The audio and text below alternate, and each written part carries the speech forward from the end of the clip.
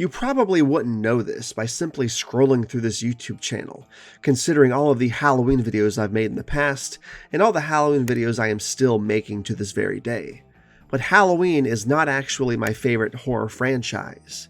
It's actually Friday the 13th. And with that said, I would like to discuss the forthcoming Friday the 13th TV series. Not the forthcoming feature film that has apparently been announced, but the TV show exclusively. And specifically, my biggest issue with the TV show regarding a certain casting choice. Now, as most of you watching this video are already aware, Adrienne King will be returning to the Friday the 13th franchise in this upcoming TV show, and that's not speculation or rumor or hunch, that's a confirmed casting decision, and it's sort of a weird one to say the least. Not because I don't like the actress, not because I don't enjoy the character of Alice, but because of the fact that Alice fucking dies in Friday the 13th Part 2. Pretty damn significantly at that. Hence, her surprise casting in the TV show can only mean one of three things.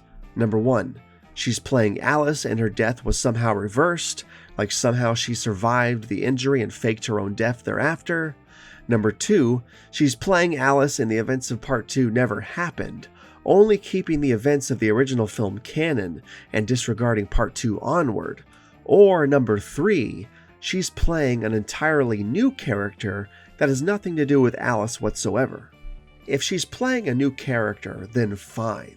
That fixes any issue I may have had with the casting decision, because it would completely avoid any continuity issues in that regard. But if either one of the first two options out of the three I mentioned earlier are what the showrunners choose to run with, we will have some serious Friday the 13th continuity questions on our hands. As if we already don't have enough of those, right?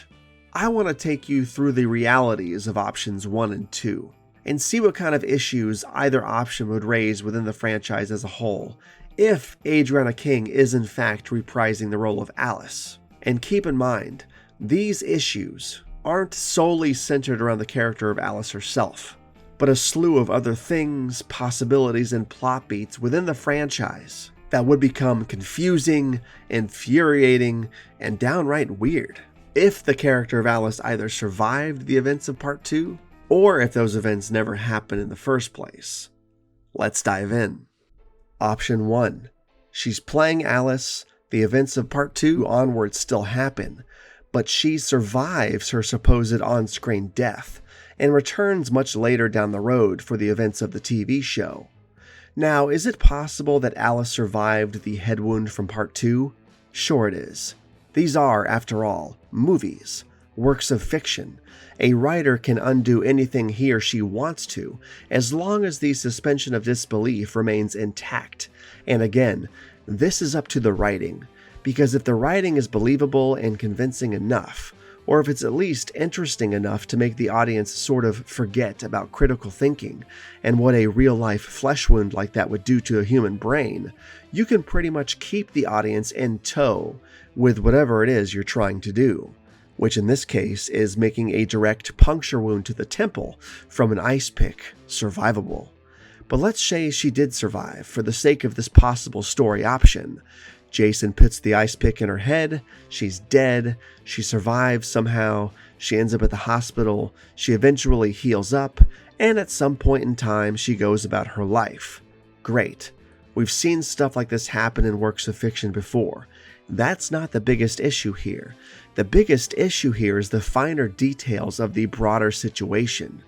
First of all, we hear the cast in Part 2 talking about how Alice disappeared prior to the main events of Part 2. So if Alice survived this attack, you would think that it would not only be big news, at least locally, but that there would be no weird disappearance nonsense mentioned at all, right? So for the sake of argument, let's say her supposed disappearance was due to her wanting to fake her own death in order to stop any future possible attacks. I mean, there's no reason to let everybody know she survived, right?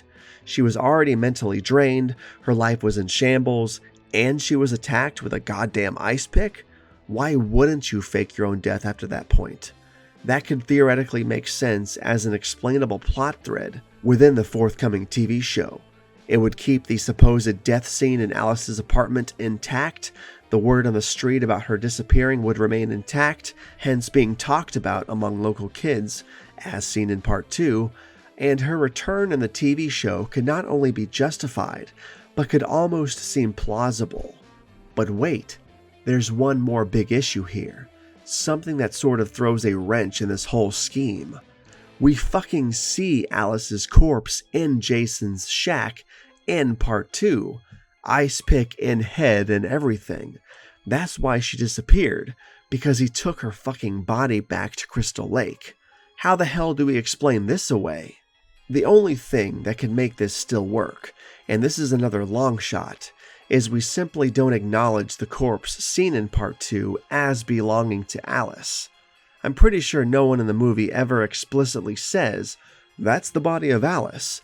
Therefore, if we really wanted to, we could pass it off as just another random corpse that just happens to have been killed in the same way.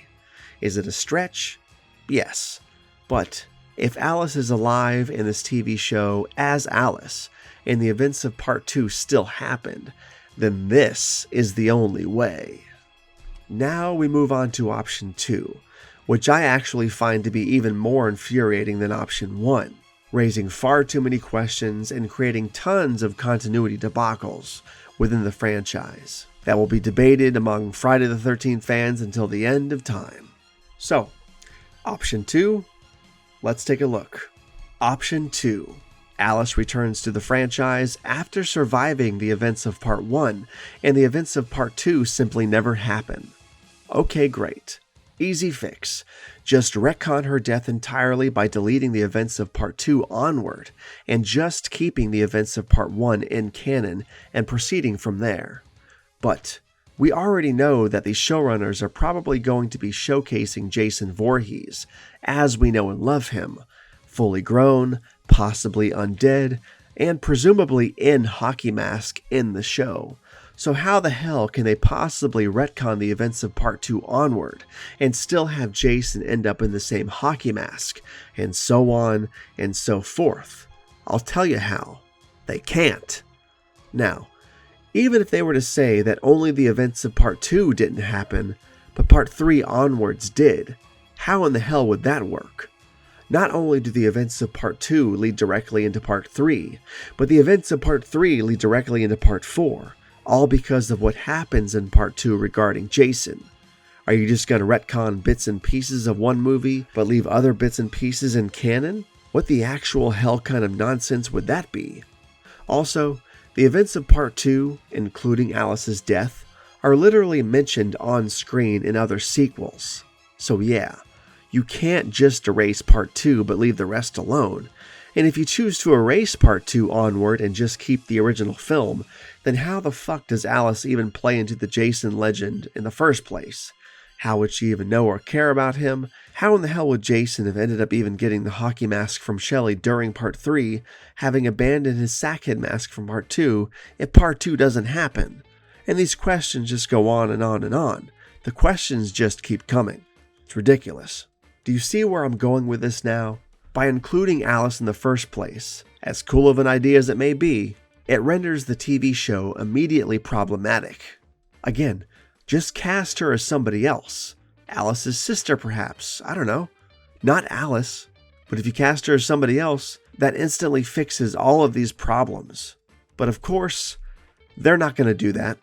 She will be playing Alice, you can bet your ass.